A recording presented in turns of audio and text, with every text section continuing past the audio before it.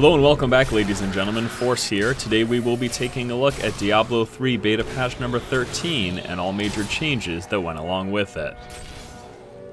The bonus to healing and health globes has been removed from intelligence, and now intelligence will grant 0.1 per point to all resistances.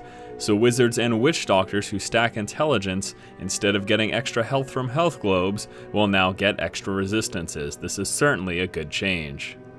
The option to permanently display advanced tooltips has been added into gameplay options, so now you do not have to look at simplified tooltips ever if you so desire. The gold auction house has been reintroduced into the beta. In addition to this, there has been some changes to the structures as to how listings are going to work.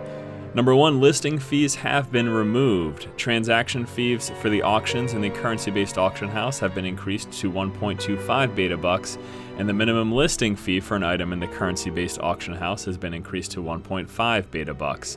In addition to this, players may now only have 10 active auctions per auction house, so that is 10 auctions for the gold auction house and 10 auctions for the real money auction house. Tooltips have also been added to the auction house, which will allow you to compare the items that you're looking at with what you have equipped on your character.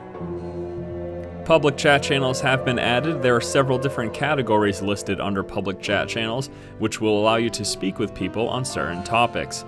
In addition to this, there is cross-game support that has been added. Currently in the beta, using your Real ID friends list, you can speak with people playing the WoW PTR and StarCraft 2 PTR. Once Diablo 3 goes live, you will of course be able to speak with people playing WoW and StarCraft in the full retail version of the game. The new rune system known as skill runes has been added as well. Now skill runes are going to work like this. The first skill rune unlocks for characters at level 6, and as you level up you continue to unlock additional skill runes. In total, players will be able to have access to 5 different skill runes for each skill by the time they hit level 60. Now these skill runes have replaced rune stones, so you no longer have to find rune stones. Instead you have skill runes that you unlock while you level.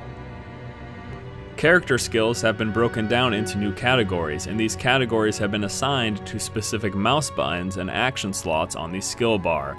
These categories are listed as follows. You've got your primary attack, your secondary attack, and then a defensive abilities.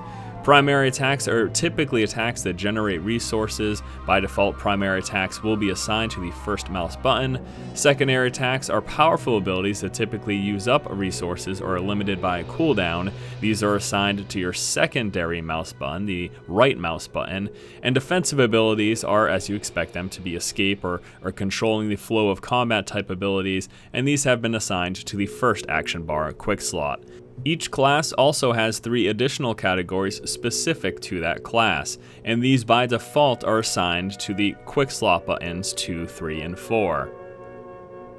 If you're one of those players who would not like their hand held and told exactly where they need to put what type of abilities on their hotkeys and mouse buttons, you have got the option of elective mode. Elective mode will allow you to place abilities where you want on the hotbar and the left and right mouse button.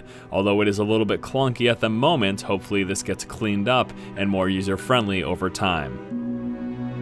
Swapping skills or runes still triggers a cooldown, although that has been decreased from what was 30 seconds now down to 15 seconds. The cost associated with leveling up your blacksmith has been reduced across the board by 50%. Also, the Templar saw an increase to the heal amount to the ability Heal, and an increase to the healing per second to the ability Loyalty. Quivers will now grant plus damage. We also have new item affixes. On a chance to hit, you can grant Fear, Stun, Freeze, Immobilize, Chill, Blind, Slow, or Knockback, although I have not found any of those items yet in the beta. Vendors will now change their inventories more often throughout the game and will have access to a wider variety of item affixes. Also, the chance for a white item to appear in a vendor stock has been reduced from 30% to 10%.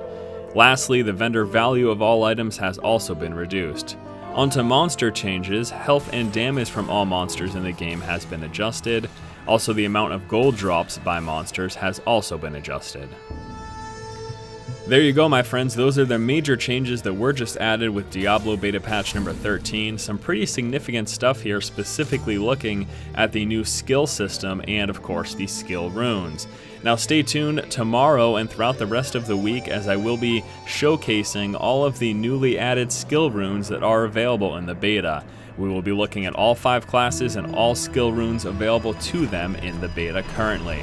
Alright guys, thank you so much for watching. As always, if you like the content, please subscribe. And don't forget, keep watching and keep owning. Yes, it is cheesy.